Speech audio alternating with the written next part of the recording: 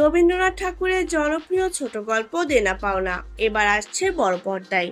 গল্পের নামেই সরকারি অনুদানে নির্মিত হতে যাচ্ছে ছবিটি। পরিচালক সাদেক সিদ্দিকীর নির্মাণে এই ছবিতে অভিনয় করবেন প্রার্থনা ফারদিন দিঘি ও মামুনুল ইমন।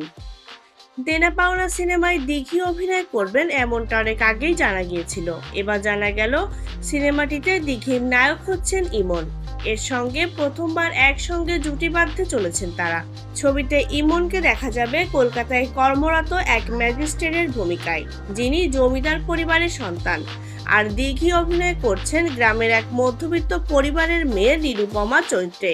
বিয়ের পণ দিতে না পারায় নিরুপমার পিতার আত্মহত্যা এবং পরবর্তী করুণ পরিণতি নিয়ে এগোবে সিনেমার গল্প। সিনেমায় নিজের কাজ করার খবর গণমাধ্যমে নিশ্চিত করেছেন ইমন নিজেই। অভিনেতা বলেন, রবীন্দ্রনাথের এই গল্পটি বহু পঠিত, তাই চ্যালেঞ্জটাও বেশি।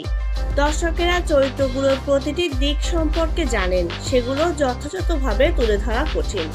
তবে আমরা চেষ্টা করব পরিচালকের নির্দেশনা মেনে কাজটি সর্বোচ্চ আন্তরিকতা নিয়ে করতে।